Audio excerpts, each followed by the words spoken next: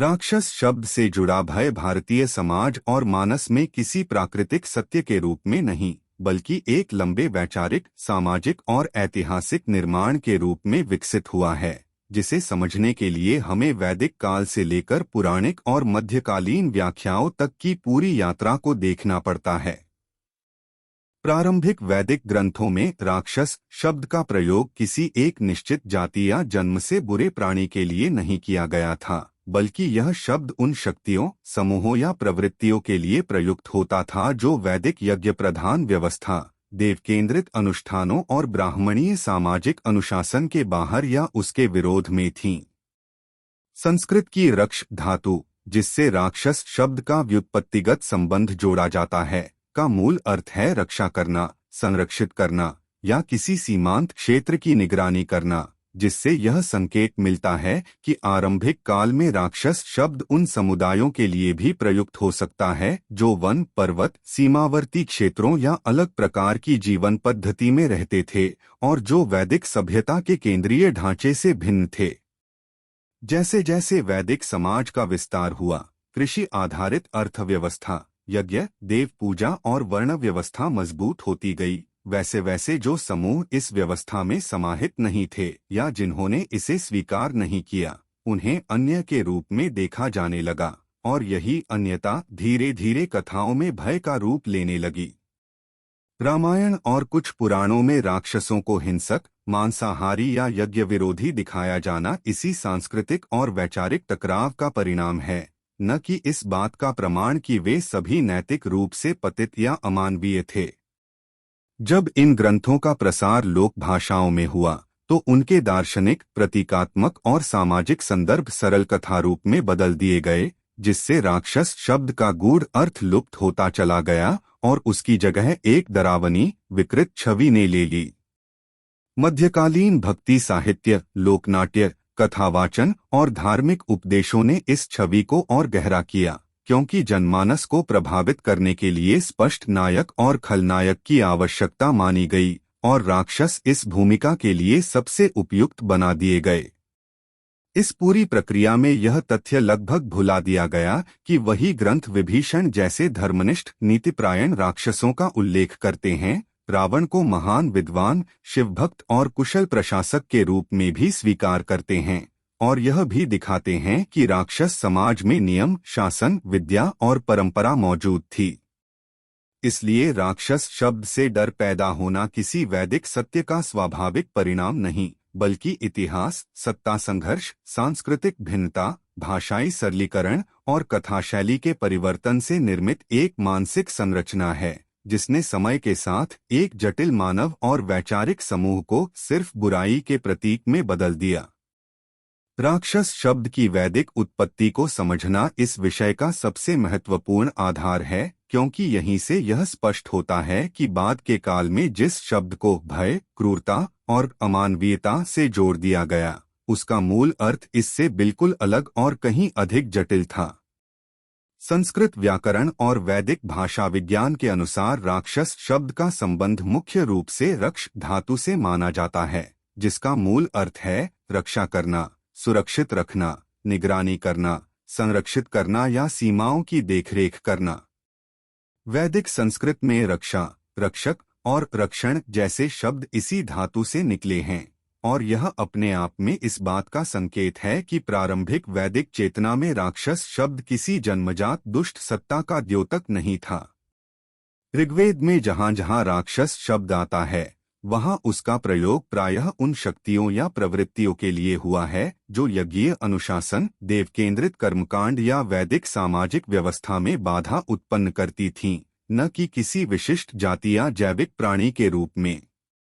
यह एक महत्वपूर्ण बिंदु है, क्योंकि वैदिक साहित्य में शब्द अक्सर नैतिक, मानसिक या वैचारिक प्रवृत्तियों का प्रतिनिधित्व करते हैं, न कि केवल शारीरिक स्वरूप का।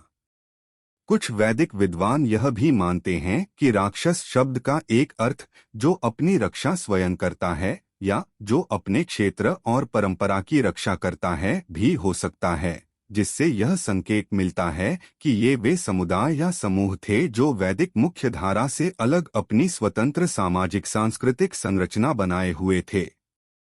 जैसे जैसे वैदिक समाज का विस्तार हुआ और ब्राह्मणीय व्यवस्था ने स्वयं को केंद्रीय सत्ता के रूप में स्थापित किया, वैसे वैसे जो समूह इस ढांचे के बाहर थे उन्हें भाषाई स्तर पर अलग पहचान दी गई।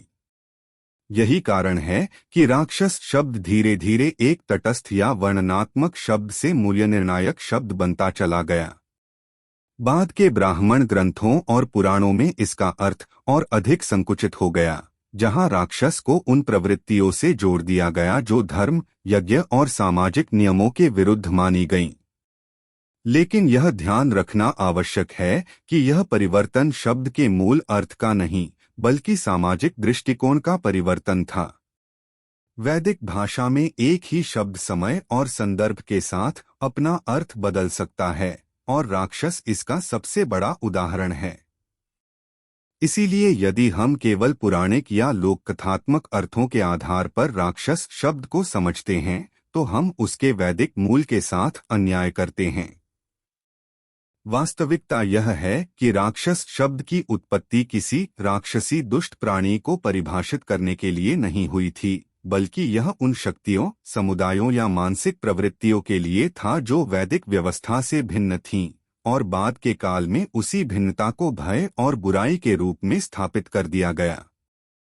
ऋग्वेद और यजुर्वेद में राक्षस शब्द का प्रयोग जिस प्रकार किया गया है, वह इस बात को स्पष्ट करता है कि वैदिक काल में राक्षसों को किसी एक रूप, जन्मजात शत्रु या पूर्ण बुराई के प्रतीक के रूप में नहीं देखा गया, बल्कि उन्हें एक अलग प्रवृत्ति, अलग मानसिकता और अलग जीवन दृष्टि के प्रतिनिधि के रूप में समझा गया।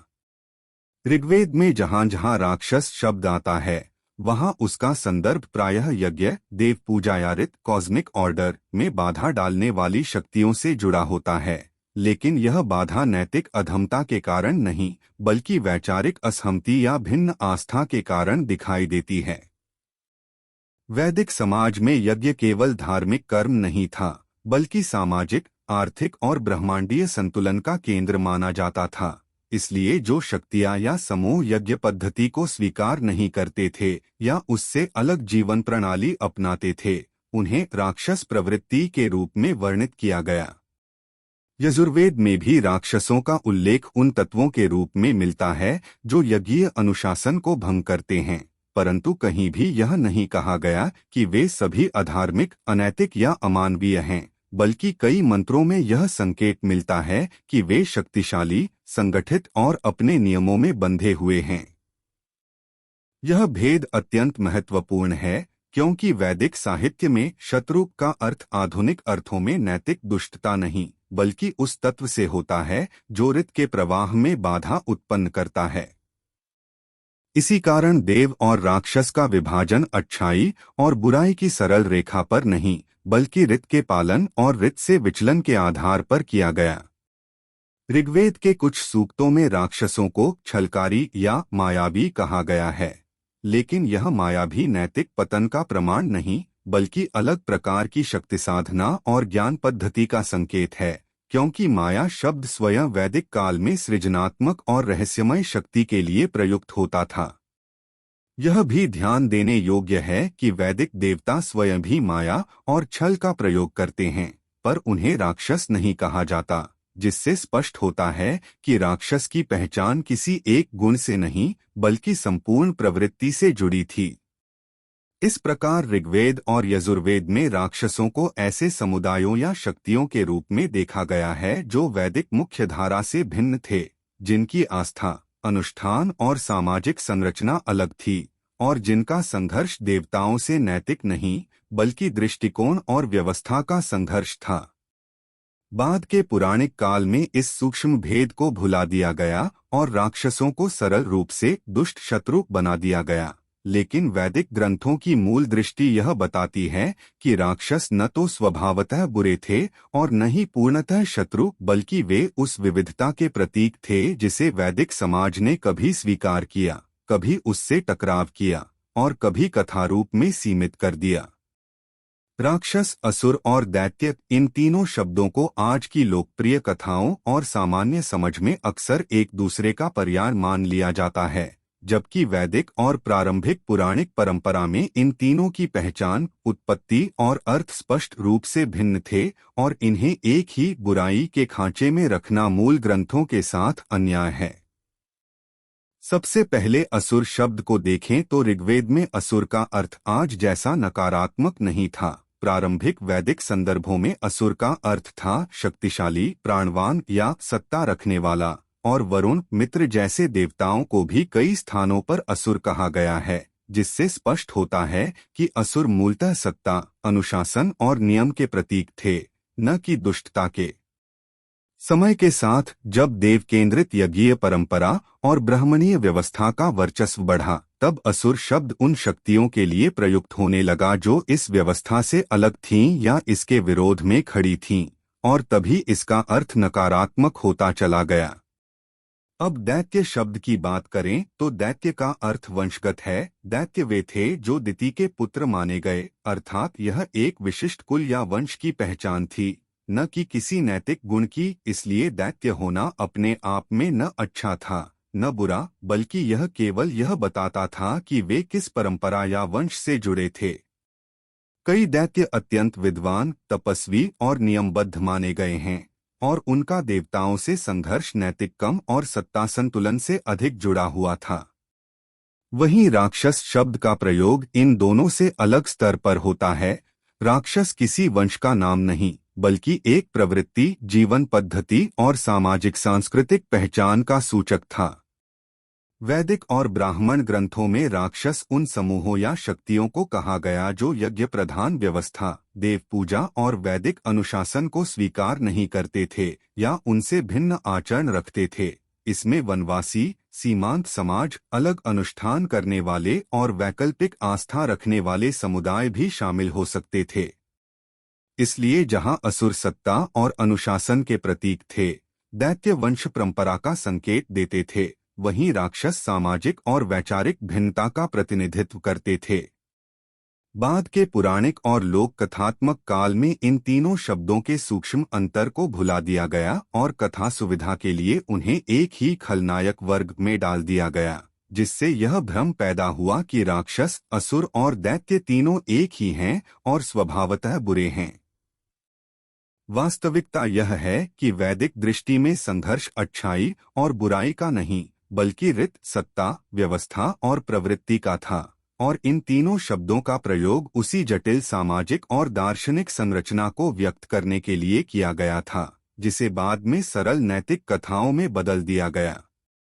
वैदिक और प्रारंभिक पुराणिक संदर्भों में राक्षसों की सामाजिक भूमिका को केवल उपद्रवी या हिंसक के रूप में देखना एक सरलीकृत और बाद की व्याख्याओं से बना हुआ दृष्टिकोण है, जबकि प्राचीन ग्रंथों के संकेत बताते हैं कि राक्षस शब्द का प्रयोग उन समुदायों और शक्तियों के लिए भी किया जाता था जो मुख्य वैदिक सभ्यता के केंद्र से बाहर, अर्थात वनों, पर्वतीय क्षेत्रों,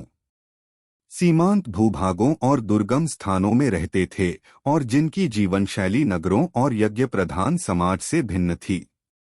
ये वनवासी समूह प्राकृतिक संसाधनों, औषधियों, वन उत्पादों और भौगोलिक मार्गों का गहरा ज्ञान रखते थे, जिसके कारण वे न केवल अपने क्षेत्र के संरक्षक माने जाते थे, बल्कि कई बार राजाओं और नगर सभ्यताओं के लिए भी अनिवार्य सहयोगी होते थे। इसीलिए कुछ ग्रंथों में राक्षसों को दुर्गपाल, वनरक्षक और सीमाओं की रक्षा करने वाली शक्तियों के रूप में संकेतित किया गया है। इन सीमांत शक्तियों का कार्य केवल भौतिक सुरक्षा तक सीमित नहीं था, बल्कि वे सांस्कृतिक सीमाओं के भी रक्षक थे। वे यह तय करते थे कि कौन सी बाहरी शक्ति किस क्षेत्र में प्रवेश कर सकती है और किन शर्तों पर, जिससे उनका संघर्ष अक्सर विस्तारवादी राज्यों या यज्ञीय सत्ता के प्रतिनिधियों से होता था। इसी टकराव को बाद की कथाओं में धर्म बनाम अधर्म के रूप में रूपांतरित कर दिया गया, जबकि मूल रूप से यह टकराव संसाधनों, भूक्षेत्र और सांस्कृतिक प्रभुत्व का था। कई राक्षस समुदायों की अपनी आस्था पद्धतियां, अनुष्ठान, देवकल्पनाएं और नियम थे जो वैदिक कर्मकांड से मेल नहीं खाते थे, और इसी वैचारिक भिन्नता ने उन्हें यज्ञ विरोधी या अशुभ के रूप में चिह्नित कर दिया। वास्तव में राक्षसों की यह सीमांत भूमिका समाज के लिए आवश्यक संतुलन का काम करती थी। क्योंकि वे मुख्य सत्ता को चुनौती देकर एक प्रकार का प्रतिरोध और वैकल्पिक दृष्टि प्रस्तुत करते थे, जिससे सभ्यता एक तरफा न होकर बहुस्तरीय बनी रहती थी। इस प्रकार राक्षसों को केवल भय का प्रतीक मानने के बजाय उन्हें वनवासी संरक्षक, सीमाओं के प्रहरी और सामाजिक संतुलन बनाए रखने वाली शक्तियों के रूप में समझना अधिक तथ्यपरक और वैदिक संदर्भों के निकट है, जो यह दर्शाता है कि प्राचीन भारतीय समाज केवल एक केंद्रीय सत्ता पर नहीं, बल्कि अनेक परस्पर प्रतिस्पर्धी और सहयोगी प्रवृत्तियों पर आधारित था। रामायण के पात्र रावण, विभीषण और मेघनाद को यदि केवल राक्षस कहकर एक ही श्रेणी में रख दिया जाए तो यह प्राचीन भारतीय ग्रंथों की गहराई और उनके सामाजिक दार्शनिक संकेतों के साथ अन्याय होगा, क्योंकि इन तीनों व्यक्तित्वों के माध्यम से राक्षस शब्द का अर्थ, उसका बहुआयामी स्वरूप और उसकी वैदिक पुराणिक परिभाषा स्पष्ट होती है। रावण केवल लंका का राजा या राम का विरोधी नहीं था, बल्कि वह वेदों का प्रकांड विद्वान, शिव का महान उपासक, राजनीति, संगीत, आयुर्वेद और तंत्र का ज्ञाता तथा एक अत्यंत संगठित और समृद्ध सभ्यता का प्रतिनिधि था, जो यह दिखाता है कि राक्षस होना अज्ञान या असभ्यता का प्रतीक नहीं था, बल्कि एक वैकल्पिक शक्ति संरचना और ज्ञान परंपरा का संकेत था। वहीं विभीषण, जो उसी कुल और उसी संस्कृति से था, धर्म के प्रति उसकी निष्ठा और नीति आधारित निर्णय यह प्रमाणित करते हैं कि राक्षस कुल में जन्म लेना किसी व्यक्ति के नैतिक चरित्र या आध्यात्मिक समझ को पूर्व निर्धारित नहीं करता था, बल्कि कर्म, विवेक और परिस्थिति के अनुसार उसकी पहचान बनती थी। मेघनाद या इंद्रजीत का उदाहरण और भी महत्वपूर्ण है, क्योंकि वह एक ऐसा योद्धा था जिसने इंद्र जैसे देवता को भी पराजित किया, यज्ञों द्वारा शक्तियां अर्जित की और युद्ध नीति, अस्त्र शस्त्र तथा रणनीति में असाधारण दक्षता दिखाई, जिससे यह स्पष्ट होता है कि राक्षस शब्द उन शक्तिशाली मानव या मानवसदृश समूहों के लिए भी प्रयुक्त होता था जो देवताओं की सत्ता को चुनौती देने की क्षमता रखते थे। इन तीनों पात्रों के माध्यम से यह समझ आता है कि राक्षस होने का अर्थ अधर्म का अवतार होना नहीं था, बल्कि यह उस वर्ग, संस्कृति या सत्ता का प्रतिनिधित्व करना था जो वैदिक देव केंद्रित व्यवस्था से अलग सोचता था, कभी उसका विरोध करता था और कभी उससे संवाद भी करता था।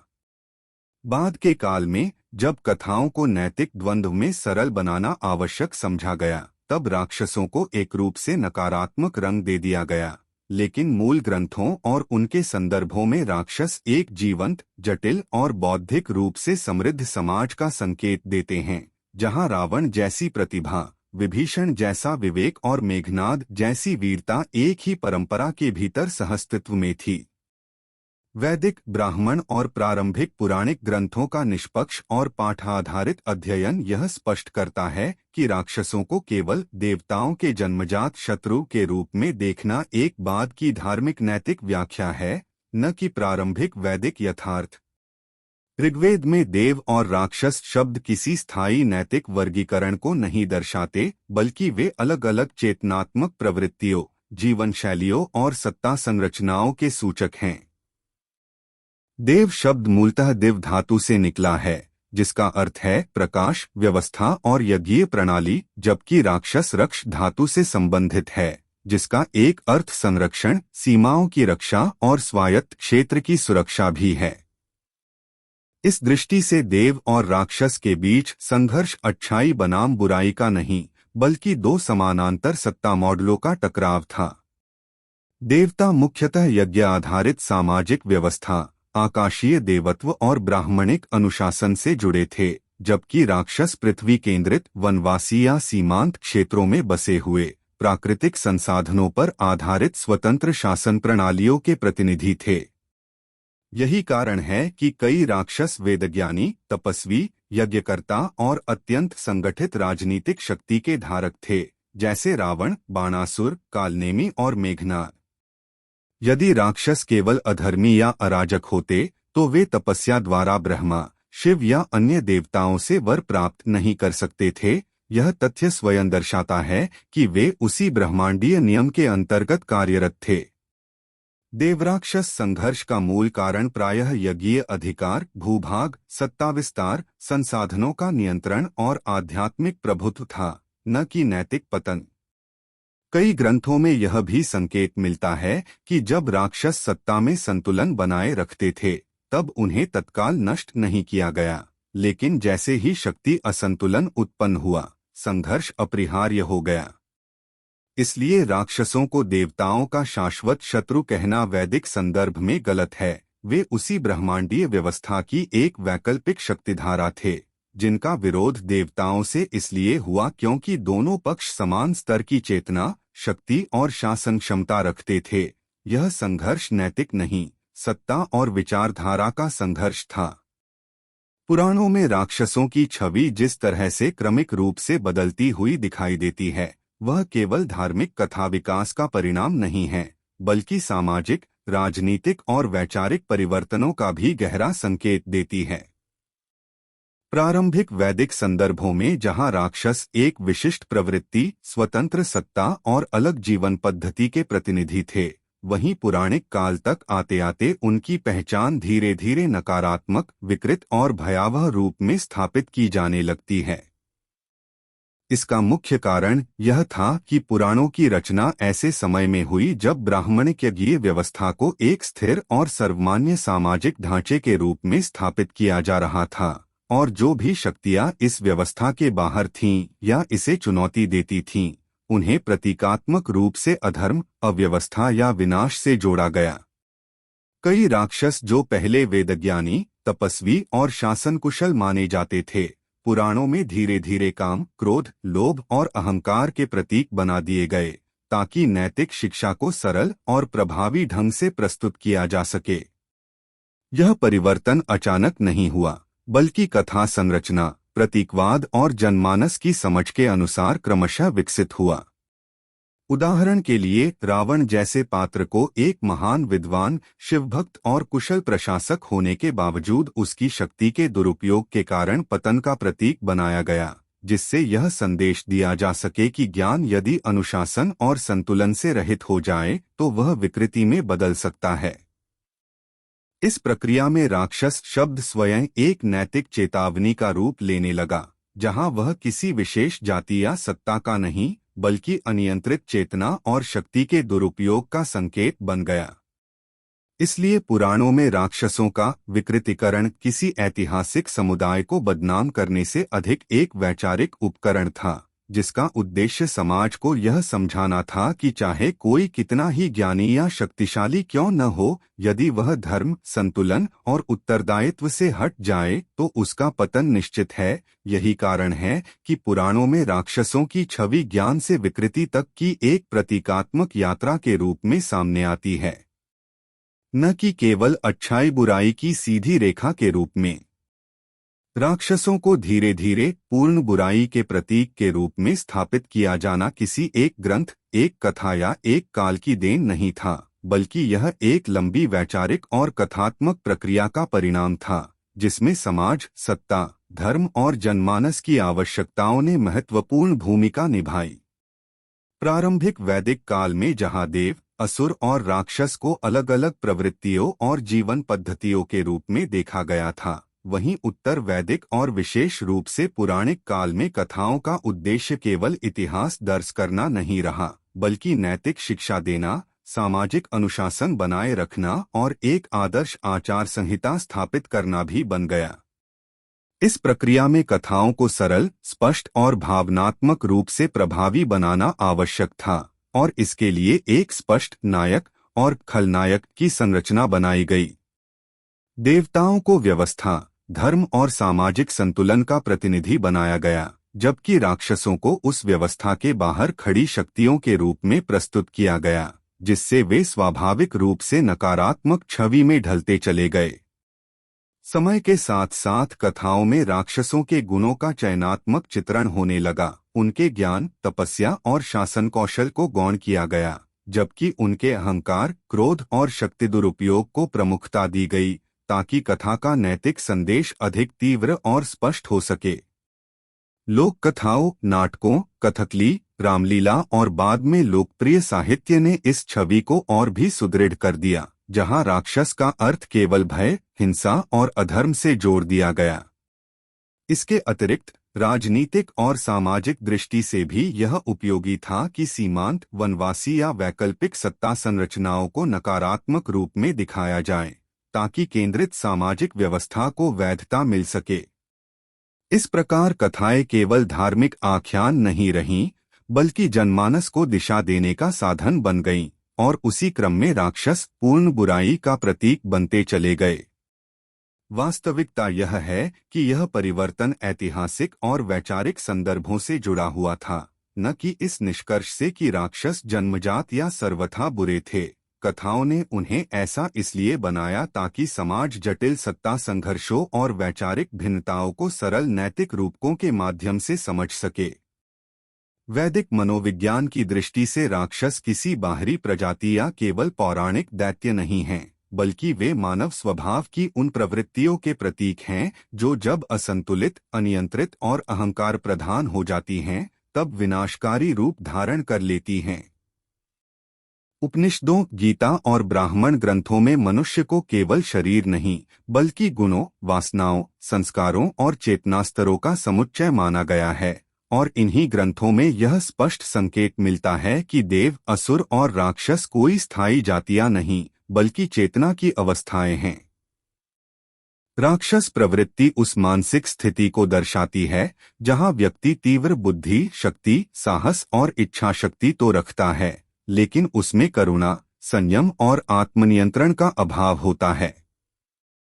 वैदिक मनोविज्ञान के अनुसार जब रजस और तमस गुण सत्व पर हावी हो जाते हैं, तब व्यक्ति बाहरी रूप से अत्यंत सक्षम होने के बावजूद भीतर से असंतुलित हो जाता है, और यही अवस्था राक्षसी कही गई है। इस दृष्टि से रावण, हिरण्यकश्यप या अन्य राक्षसी पात्र किसी अलग मानव प्रजाति के उदाहरण नहीं, बल्कि उस मानसिक संरचना के प्रतीक हैं जहां ज्ञान आत्मविकास के बजाय प्रभुत्व और भोग का साधन बन जाता है।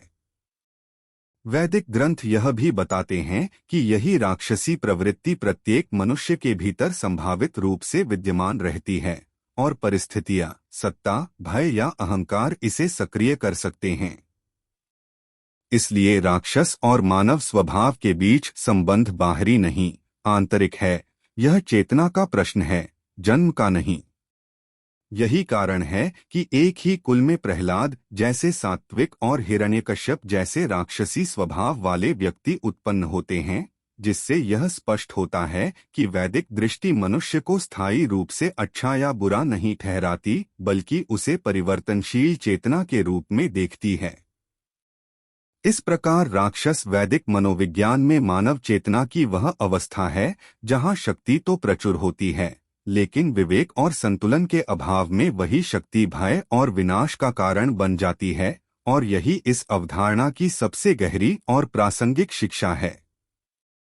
वैदिक और पुराणिक ग्रंथों का सूक्ष्म, संदर्भसहित अध्ययन यह संकेत देता है कि राक्षसों को किसी अलग जैविक प्रजाति के रूप में नहीं, बल्कि मानव समाज के भीतर विकसित विशिष्ट सांस्कृतिक, मानसिक और चेतनात्मक प्रवृत्तियों के रूप में समझना अधिक उपयुक्त है। ऋग्वेद, ब्राह्मण ग्रंथ और उपनिषद मनुष्य को केवल भौतिक देह तक सीमित नहीं करते, बल्कि उसे चेतना, गुण, सत्व, रजस, तमस, संस्कार और कर्म प्रवृत्ति का समुच्चय मानते हैं। इसी ढांचे में देव, असुर और राक्षस जैसे शब्द प्रतीकात्मक श्रेणियां बनते हैं, न कि स्थायी जातीय पहचान। अनेक ग्रंथों में राक्षसों का मानवसमान शरीर, सामाजिक संरचना, राज्य व्यवस्था, परिवार, शिक्षा, शिल्प और युद्ध कौशल का वर्णन मिलता है, जो यह दर्शाता है कि वे मानव समाज के ही अंग थे, किंतु उनकी चेतना और जीवन दृष्टि भिन्न थी। राक्षसी देह का वर्णन अक्सर प्रतीकात्मक अतिशयोक्ति के रूप में आता है, जैसे विशाल आकार, तीक्ष्ण दांत या भयावह रूप, जो वास्तविक जैविक अंतर नहीं, बल्कि सत्ता, भय और प्रभाव के मनोवैज्ञानिक बिंब को व्यक्त करता है। वैदिक मनोविज्ञान में जब रजस और तमस गुण सत्व पर हावी हो जाते हैं, तब शक्ति, बुद्धि और साहस का उपयोग संरक्षण और संतुलन के बजाय प्रभुत्व, भोग और नियंत्रण के लिए होने लगता है, यही चेतनात्मक अवस्था राक्षसी कही गई है। इस दृष्टि से रावण, बाणासुर, हिरण्यकश्यप जैसे पात्र मानव ही थे, उच्च शिक्षा, तपस्या और प्रशासनिक क्षमता से युक्त, पर उनकी चेतना का झुकाव अहंकार और सत्ता विस्तार की ओर था, जिससे वे प्रतीकात्मक रूप से राक्षस कहलाए। यही कारण है कि एक ही कुल में प्रहलाद जैसे सात्विक और अन्य राक्षसी प्रवृत्ति वाले व्यक्ति पाए जाते हैं, जो जन्म नहीं, चेतना और कर्म को निर्णायक मानता है। इसलिए यह निष्कर्ष अधिक सुसंगत है कि राक्षस मानव से अलग नहीं थे, वे मानव चेतना की एक तीव्र, असंतुलित और शक्ति केंद्रित अवस्था के प्रतीक थे, जहां देह मानव थी, पर प्रतीक भयावह बने क्योंकि चेतना का संतुलन टूट चुका था। और यही वैदिक परंपरा का मूल संदेश है कि पहचान शरीर से नहीं, चेतना और कर्म से तय होती है। वैदिक परंपरा में राक्षस शब्द किसी स्थायी जाति, प्रजाति या जन्मगत पहचान का सूचक नहीं है, बल्कि यह मानव जीवन की उस आंतरिक अवस्था की गहरी शिक्षा देता है जहां कर्म, प्रवृत्ति और चेतना का संतुलन बिगड़ जाता है। संस्कृत की रक्ष धातु से निकला यह शब्द आरंभ में संरक्षण, शक्ति और सीमारक्षा जैसे अर्थों से जुड़ा रहा, पर वैदिक दर्शन में इसका विस्तार एक ऐसे मनोवैज्ञानिक और नैतिक संकेत के रूप में हुआ जो यह बताता है कि शक्ति यदि विवेक और उत्तरदायित्व से रहित हो जाए तो वह स्वयं अपने उद्देश्य से भटक जाती है। उपनिषदों, गीता और स्मृति ग्रंथों में यह स्पष्ट किया गया है कि मनुष्य की पहचान उसके कर्म से होती है, न कि उसके जन्म या वंश से, और इसी सिद्धांत के अंतर्गत राक्षसी प्रवृत्ति को परिभाषित किया गया है। जब व्यक्ति ज्ञान, साहस, बुद्धि और संसाधनों का उपयोग लोक कल्याण, संतुलन और आत्मोन्नति के बजाय केवल अहंकार, प्रभुत्व, भोग और नियंत्रण के लिए करता है, तब वही कर्म राक्षसी कहलाते हैं। वैदिक मनोविज्ञान में यह अवस्था रजस और तमस गुणों के अत्यधिक प्रभाव से उत्पन्न होती है, जहां इच्छाएं अनियंत्रित हो जाती हैं और चेतना संकुचित होकर केवल मैं और मेरा तक सीमित रह जाती है। यही कारण है कि ग्रंथों में यह बार बार संकेत मिलता है कि कोई भी व्यक्ति, चाहे वह कितना ही विद्वान, शक्तिशाली या तपस्वी क्यों न हो, यदि अपने कर्मों में संतुलन खो देता है तो वह राक्षसी प्रवृत्ति में गिर सकता है, और वही व्यक्ति यदि आत्मसंयम, विवेक और करुणा को अपनाता है तो देवतुल्य भी बन सकता है। इस दृष्टि से राक्षस शब्द भय पैदा करने के लिए नहीं, बल्कि चेतावनी देने के लिए है। यह स्मरण कराता है कि शक्ति स्वयं में न तो पवित्र है, न अपवित्र, उसका मूल्यांकन उसकी दिशा से होता है। इसलिए राक्षस शब्द की सबसे गहरी शिक्षा यही है कि मनुष्य का वास्तविक शत्रु कोई बाहरी अस्तित्व नहीं, बल्कि उसकी अपनी चेतना की असंतुलित अवस्था है। और जब कर्म सही दिशा में प्रवाहित होते हैं, प्रवृत्तियां संयमित होती हैं और चेतना व्यापक होती है, तब वही मनुष्य धर्म, संतुलन और मुक्ति के पथ पर अग्रसर होता है। यही वैदिक सत्य है और यही राक्षस शब्द का वास्तविक बोध।